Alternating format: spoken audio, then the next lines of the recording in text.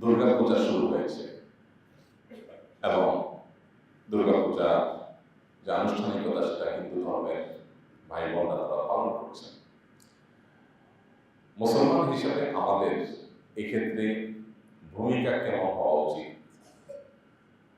আমরা অনেককে দেখি এক্ষেত্রে প্রান্তিকতায় চলে যান। ইসলাম আসলে অন্য ধর্মাবলম্বীদের ধর্মীয় উৎসব, তাদের ধর্মীয় যে কর্মসূচি, উপাসনা, কর্মকাণ্ড, এগুলোর ক্ষেত্রে একজন মুসলমান হিসেবে আমাদেরকে কোন রোলটা প্লে করতে হবে, আমি সে বিষয়টা আজকে সংক্ষেপে বলতে চাই। সর্বপ্রথম কথা হলো, ইসলাম সেই দিন, যে দিন, যে ধর্ম আমাদেরকে বলেছে লা ইকরাহা ফিদ্দীন, দিন গ্রহণ করার ক্ষেত্রে, ইসলাম গ্রহণ করার ক্ষেত্রে কোন প্রকার জবরদস্তি করা যাবে না। কাউকে জবরদস্তি করা যাবে না ইসলামে প্রবেশ করবার জন্য। এই কথা ইসলাম বলেছে কখন? এই কথা নাজিল হয়েছে কখন? প্রায় 1450 বছর আগে। আজ পৃথিবী যে জায়গায় দাঁড়িয়ে আছে, আমরা যে পৃথিবীকে বলছে আধুনিক বিশ্ব, আধুনিক পৃথিবী, সভ্য দুনিয়া, এই পৃথিবীতে সব ধর্মের মানুষের রাইটস নিয়ে আলাপ আলোচনা করা, এটা তো একটা ফ্যাশনের ব্যাপার। এটা এখন সবাই বলে, তাই না? আধুনিক, স্মার্ট, এটা প্রমাণ করার জন্য মানুষ অনেকে সবার যার যার অধিকারের কথা বলে। কোরআন এই আলাপ যখন তুলেছে, সেই সময়ের পৃথিবী একটু আমরা যদি চিন্তা করি, 1450 বছর আগের পৃথিবী, যেখানে মারামারি, খুনাখুনি, বর্বরতা, অসভ্যতা ভয়াবহভাবে গ্রাস করেছিল, সেই রকম একটা সমাজের বুকে দাঁড়িয়ে ইসলাম বলেছে লা ইকরাহা ফিদ্দীন, দ্বীনের মধ্যে ইসলাম গ্রহণ করার ক্ষেত্রে কাউকে কোনো জবরদস্তি করা যাবে না। আমরা বলছি 2024-এর পৃথিবীর এই পর্যায়ে দাঁড়িয়ে সবাই যার যার ধর্ম পালন করবে, সে রাইট সবাই আছে, এই কথা বলা খুব সহজ। বরং এই কথা বলাটাই এখন ফ্যাশন, অনুকূল পরিবেশ। কিন্তু প্রায় 1500 বছর আগের পৃথিবীতে এই কথা বলাটা সহজ এবং চারটিখানের বিষয় ছিল না। আজ পৃথিবীতে যারা আমাদেরকে মানবাধিকারের সবক শিখায়, অ্যাজ এ মুসলিম আমাদের জানা থাকা দরকার, ওদের কাছ থেকে মানবাধিকারের সবক নেওয়া আমাদের সাজে না। আমরা কে? আমরা মুহাম্মদ সাল্লাল্লাহু আলাইহি সাল্লামের উম্মত। যে মুহাম্মদ সাল্লাল্লাহু আলাইহি সাল্লাম মানুষের এই জাতীয় অধিকারের কথা যখন বলে গেছে, তখন আজকের এই তথাকথিত মানবতাবাদী পশ্চিমাদের 14 গোষ্ঠীর জন্ম হয়। ওরা কল্পনাও যা করে না, ইসলাম সেটা বলে স্টাবলিশ করে পৃথিবীতে তারপরে চলে গেছে। যে মুহাম্মদ সাল্লাল্লাহু আলাইহি সাল্লাম তাওহীদের কথা বলতে গিয়ে মক্কা থেকে বিতাড়িত হতে হয়েছে, মক্কা থাকতে দেওয়া হয়নি তাকে নিজের মাতৃভূমি থেকে তাকে বের হয়ে যেতে হয়েছে। মদিনায় আসার পর শান্তিতে একটি রাত তাকে ঘুমোতে দেওয়া হয়নি। কখনো বদর, কখনো উহুদ, কখনো খন্দক, কখনো তাবুক, একটার পর একটা যুদ্ধ চাপিয়ে দেওয়া হয়েছে। সারা জীবন কণ্ঠাসনের পরিস্থিতিতে ছিলেন, এত জুলুম, এত নির্যাতন, এত নিষ্পেষণ হয়েছে। এত কিছুর পরও সেই মুহাম্মদ সাল্লাল্লাহু আলাইহি সাল্লাম বলেছেন লা ইকরাহা ফিদ্দীন। আমাদেরকে অনেক সাফার করতে হয়েছে, অনেক জুলুমের শিকার হতে হয়েছে, তারপরেও বলি আমাদের ধর্মে আসার জন্য কাউকে জোর জবরদস্তি করা যাবে না। ইসলামের চাইতে আধুনিক আপনি কোন জীবন দর্শন খুঁজে পাবেন? আমি এই জন্য বলি, আপনি আধুনিক হতে পারেন, আপনি অগ্রসর হতে পারেন, আপনি আপডেটেড হতে পারেন, ইসলামের চাইতে বেশি হতে পারবেন না। আপনি মানুষের অধিকারের যে বিষয় নিয়ে ভাবছেন, আপনার বহু আগে ইসলাম সেটা শুধু ভাবনা নয়, ইমপ্লিমেন্ট করে গেছে। পৃথিবীতে বহু তাত্ত্বিক পাবেন, তারা বিভিন্ন জীবন দর্শন মানুষকে আইডিয়া দিয়ে গেছে। মুহাম্মদ সাল্লাল্লাহু আলাইহি সাল্লাম সেই মানুষ যিনি আইডিয়া শুধু দিয়ে যাননি, আইডিয়াকে বাস্তবায়ন করে রেখে গেছেন। দুর্ভাগ্য আমাদের, আমরা বাঘের বাচ্চা যে সেটা আমরা জানি না, আমরা শিয়ালের বাচ্চার সাথে ঘোরাফেরা করে নিজেদের পরিচয় ভুলে গেছি। এই জন্য অন্য ধর্মাবলম্বীদের যে অধিকারের কথা, এটা পশ্চিমাদের কাছ থেকে, জাতিসংঘের কাছ থেকে, পৃথিবীর মানবাধিকারের বড় বড় প্রতিষ্ঠানগুলোর কাছ থেকে আমাদের শোনার বা শেখার অন্তত প্রয়োজন নেই। ইসলাম আমাদেরকে যা শিখিয়ে গেছে, শুধু যদি সে আমাদেরকে ইমপ্লিমেন্ট করতে পারে সেটাকে, তাহলে পৃথিবীতে মুসলমানদের চাইতে আধুনিক, মুসলমানদের চাইতে আপডেটেড, মুসলমানদের চাইতে স্মার্ট, মুসলমানদের চাইতে অগ্রসর আর কোন জাতির কথা কেউ কল্পনা করতে পারবে না। প্রয়োজন শুধুমাত্র সেই জিনিসগুলোর কি করা, প্রয়োগ করা। ইসলাম আমাদেরকে এমন সুন্দর জীবন বিধান দিয়েছে যেখানে একজন মানুষ শিরকে লিপ্ত, আল্লাহর জমিনে আমার কোরআনের দৃষ্টিতে, ইসলামের দৃষ্টিতে যিনি সবচেয়ে বড় গুনাহে লিপ্ত, সেই লোকটাকেও তার রাইট দিতে আমাকে বলেছে যে সে তার ধর্ম পালন করবে। আমি সেখানে কোনো প্রকার অসহযোগিতা বা বাধা দেওয়ার কাজ আমি করবো না, ইসলাম সেটা আমাকে করতে বলে। অন্য ধর্মের মানুষদের অধিকার কি ইসলাম কিভাবে সংরক্ষণ করেছে দেখো। রণাঙ্গনের যুদ্ধক্ষেত্রে পর্যন্ত মুসলমানদের সাথে অন্য কোন ধর্মের মানুষের যদি যুদ্ধ লেগে যায়, সেখানেও নবী সাল্লাল্লাহু আলাইহি ওয়াসাল্লাম সতর্ক করেছেন, খবরদার অন্য ধর্মের মানুষের উপাসনালয়ে কোনো আঘাত করা যাবে না। তাদের ধর্মীয় ব্যক্তিত্বদের প্রতি যুদ্ধের কারণে তারা যুদ্ধে লিপ্ত না হলে তাদেরকে দিয়ে তুমি আঘাত করবে, সে অধিকার তোমাকে দেওয়া হয়নি। নারী কিংবা শিশু কিংবা বৃদ্ধ বা যুদ্ধে রত নয় এমন মানুষ যদি অন্য ধর্মাবলম্বী হয়, খবরদার তাদেরকে আঘাত করা যাবে না। গাছপালা, ফসল, এগুলো যদি অন্য ধর্মের মানুষের সাথে যুদ্ধ চলছে তাদেরও হয়, এগুলো গাছপালা কোনো দোষ করেনি, এগুলো নিধন করা যাবে না, ধ্বংস করা যাবে না। আজ পৃথিবীতে কলকারখানার যে উন্নতি, অগ্রগতি, আজকে পৃথিবীতে যে ফ্যাক্টরি রেভলিউশন হয়েছে, আজকে যে শিল্প বিপ্লব ঘটেছে, যার ফলে কালো ধোঁয়া, কলকারখানার বর্জ্য আমাদের প্রকৃতিকে, আমাদের পরিবেশকে নষ্ট করছে। এখন বৃক্ষরোপণের অনেক ফজিলত অনেকেই বলতে পারেন। 1400 বছর আগের পৃথিবীতে যখন এই চ্যালেঞ্জ ছিল না, এই পরিবেশ বিপর্যয় ঘটেনি, ওই সমাজে বৃক্ষ তরুণতাকে হেফাজত করার জন্য, সংরক্ষণ করার জন্য, সেগুলো যেন কেউ নিধন না করে, তার জন্য এরকম যুগান্তকারী বক্তব্য একজনই দিয়েছেন, তিনি হলেন মুহাম্মদ সাল্লাল্লাহু আলাইহি ওয়াসাল্লাম। কারণ ওই যে আল্লাহর পক্ষ থেকে প্রেরিত নবী রাসূল ছিলেন, তিনি তো নিজে থেকে কিছু বলেন নাই। তিনি যেটা বলেছেন সেটা 2000, 5000, 10,000 বছর যদি পৃথিবী টিকে থাকে, তারপরেও তার সেই কথা প্রাসঙ্গিক মনে হবে। আজ আমরা কলকারখানার বর্জ্যের কারণে, অপরিকল্পিত নগরায়নের কারণে, নানা কারণে আমাদের প্রকৃতিকে আমরা ধ্বংস করে ফেলেছি। এখন বলছি গাছ লাগাও, গাছ লাগাও, গাছ লাগাও। আমার নবী সাল্লাল্লাহু আলাইহি ওয়াসাল্লাম অনেক আগে সেটা বলে গেছেন। তার সে বলা কথাগুলো মনে হচ্ছে আজকের বাস্তবতার জন্য বলে গেলেন। ঢাকা শহরের রাস্তাঘাট, ফুটপাত দখল করে মানুষের চলাচলে বিঘ্ন সৃষ্টি করা হয়, মানুষ চলতে অসুবিধা হয়। এই সময়টাতে আমরা ফুটপাত দখল মুক্ত রাখার জন্য সংগ্রাম করি, কথা বলি। নবী করিম সাল্লাল্লাহু আলাইহি ওয়াসাল্লাম 1500 বছর আগে বলে গেছেন, ইয়াকুম ওয়াল জুলুস আলাত তারিক, খবরদার কেউ রাস্তা দখল করবে না। আপনি একটু চিন্তা করুন তো, তিনি এই কথা যখন বলেছেন, তখনকার মক্কাতে, তখনকার মদিনাতে মোট মানুষ বসবাস করত কয়েকশো বা কয়েক হাজার, যেখানে এখনই প্রতিদিন মিলিয়ন মিলিয়ন মানুষ বসবাস করছে। হাজার কোথায়, মিলিয়ন কোথায়। সেই মক্কায় চতুর্পাশে মরুভূমি আর মরুভূমি। আজকের মতো এরকম আধুনিক বিশ্বের মতো পরিকল্পিত রাস্তা ছিল না। রাস্তা তো আছে, তো দেখা যাচ্ছে 1/2 কিলোমিটার জুড়ে রাস্তা। তো সেই রাস্তায় যদি মানুষ বসেও খুব বেশি সমস্যা হওয়ার কথা ছিল না। এখনকার তো পরিকল্পিত নগরায়নের মধ্যে একটা বিশেষ সাইজের রাস্তা থাকে, 40 ফিট, 60 ফিট, 100 ফিট, 80 ফিট। এর মধ্যে বসে গেলে মানুষের চলাচল অসুবিধা হয়। ঘনবসতি, শহরে অনেক মানুষ বসবাস করে। তখন তো বহুতল ভবন ছিল না, এত মানুষ বসবাস করতো না, রাস্তা বসলেও ঝামেলা হতো না। কিন্তু তখনই তিনি বলে গেছেন, খবরদার তোমরা রাস্তা দখল করবে না।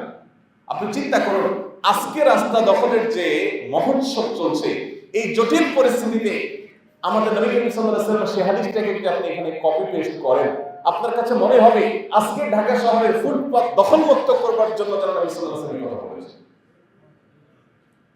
ইসলামের যে অলৌকিকত্ব, নবী সাল্লাল্লাহু আলাইহি ওয়াসাল্লামের জীবনের প্রতিটা নির্দেশ এটা যে চিরভাষ্য, এটা যে চিরপ্রাসঙ্গিক, এটা যে চিরকালের জন্য প্রযোজ্য, এটা বোঝবার জন্য আপনি নবী সাল্লাল্লাহু আলাইহি ওয়াসাল্লাম এক একটা হাদিস ধরে ধরে অ্যানালাইসিস করলে আপনার জন্য সেটা যথেষ্ট হয়ে যাবে। আপনি নিজেই বুঝতে পারবেন যে কিভাবে তিনি এই ক্রাইসিসের সমাধান ১৫০০ বছর আগে দিয়ে গেছেন।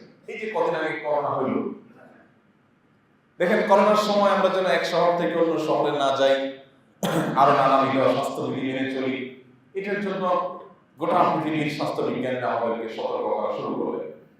অথচ এই একই কথা নবী সাল্লাল্লাহু আলাইহি ওয়াসাল্লাম ১৫০০ বছর আগে বলে চলে গেছেন যে কোনো এলাকাতে মহামারী দেখা দিলে সে এলাকা রেখে আরেক এলাকায় তোমরা যাবা না, প্রত্যেকে যার যার এলাকায় থাকবা, কোয়ারেন্টাইন মেনটেন করবা, লকডাউন মেনটেন করবা, স্বাস্থ্যবিধি মেনে চলবা, এগুলো আমাদেরকে নির্দেশ করে গেছে এবং সেগুলোই ডাক্তাররা পরবর্তীতে এসে বলছেন।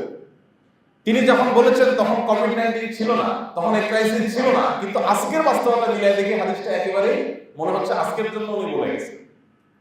ভাইরা আমার, আজ অন্য ধর্মাবলম্বী মানুষদের অধিকার নিয়ে গোটা পৃথিবী খুব সোচ্চার, সংখ্যালঘুদেরকে নিয়ে সারা পৃথিবী খুব সতর্ক, সারা পৃথিবী খুব কনসার্ন যে সংখ্যালঘুদের অধিকার নিয়ে কথা বলতে হবে।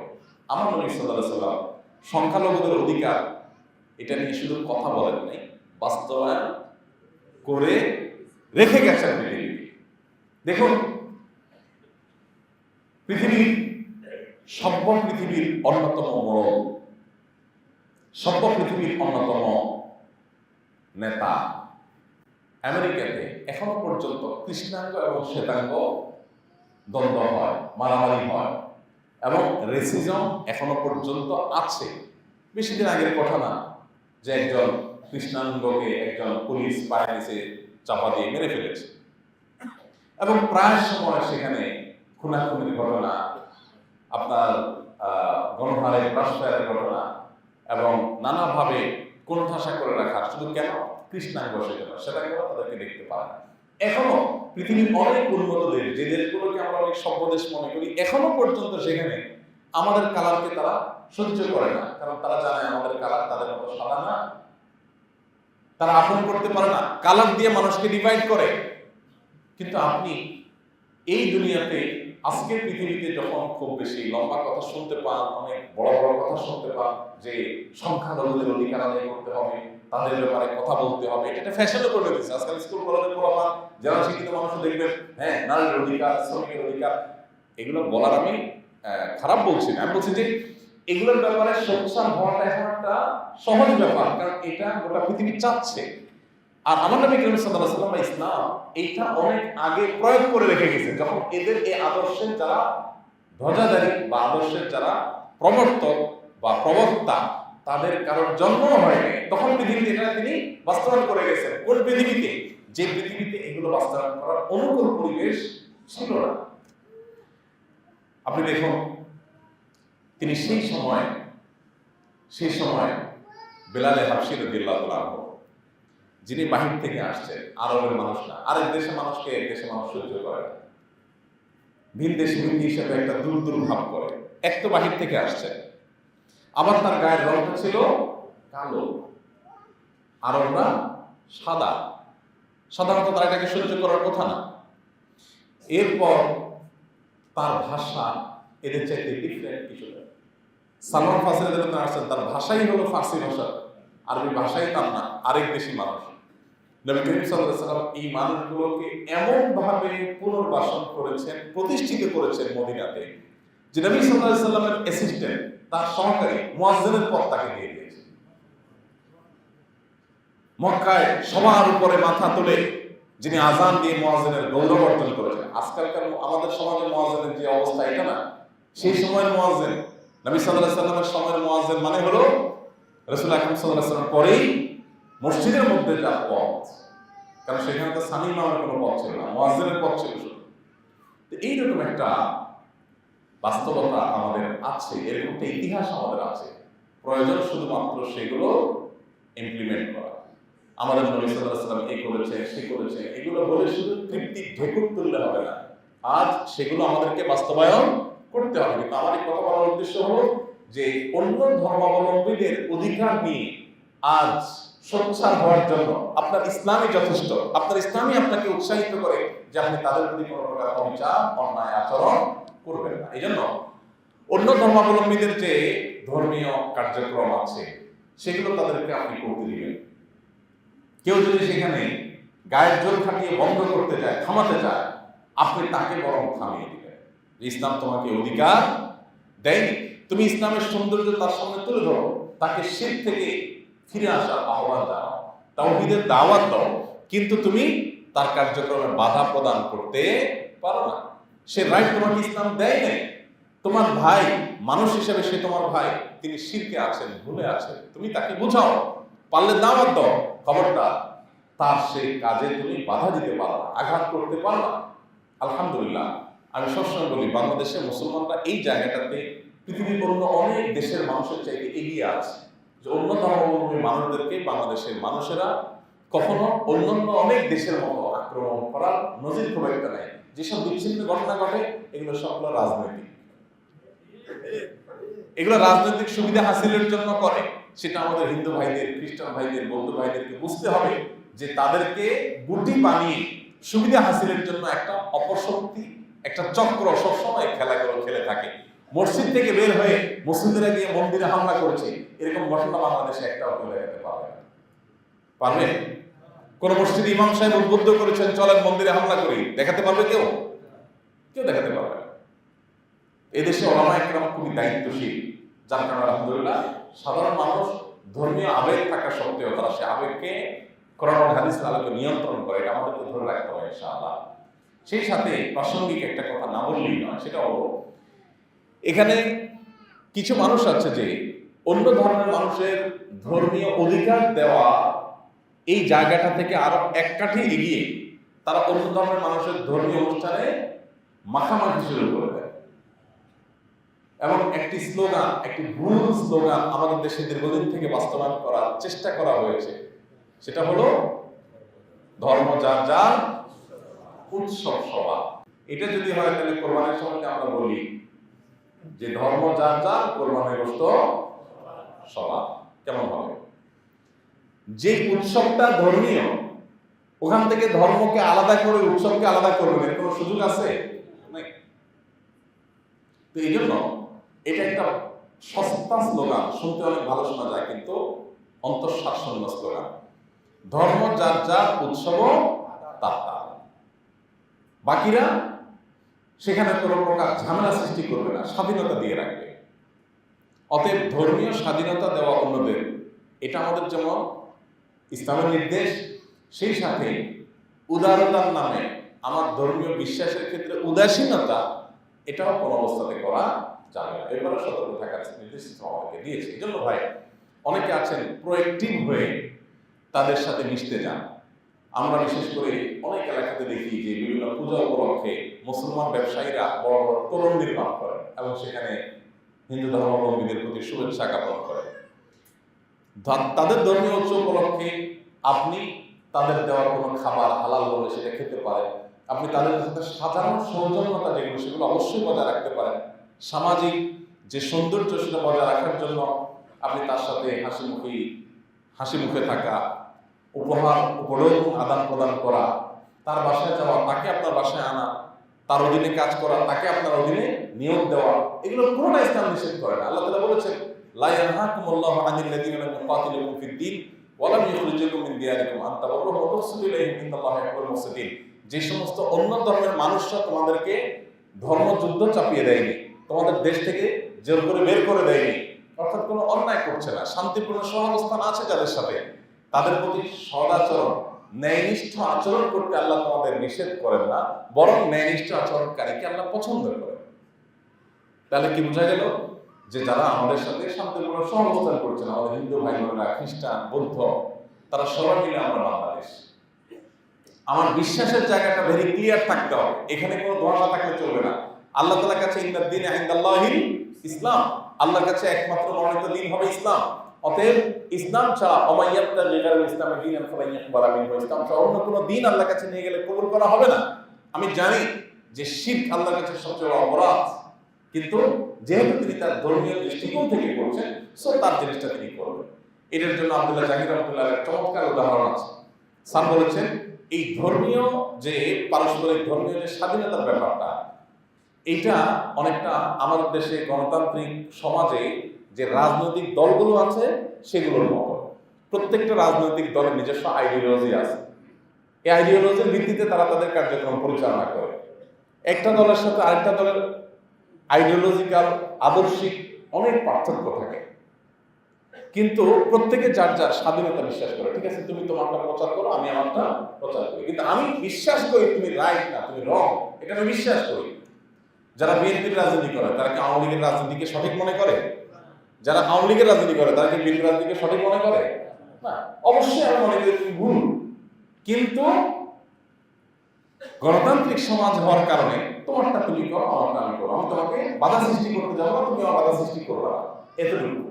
এখন যদি কেউ প্রোঅ্যাক্টিভ হয়ে বেশি ভালো শাস্তে গিয়ে বিএনপির কোনো নেতা গিয়ে যদি আওয়ামী লীগের সমাবেশে যোগদান করে বা তাদের সাথে মিছিল করে বা তাদের সাথে যায় তাদের কাজে সামিল হয়ে যায়, এই লোকটাকে সমাজের মানুষ বলবে মাশাআল্লাহ, এই দলে একটা উদার বড় মনের মানুষ পাওয়া গেছে। এটা বলবে কি বলবে? বলবে একটা মুনাফিক পাওয়া গেছে।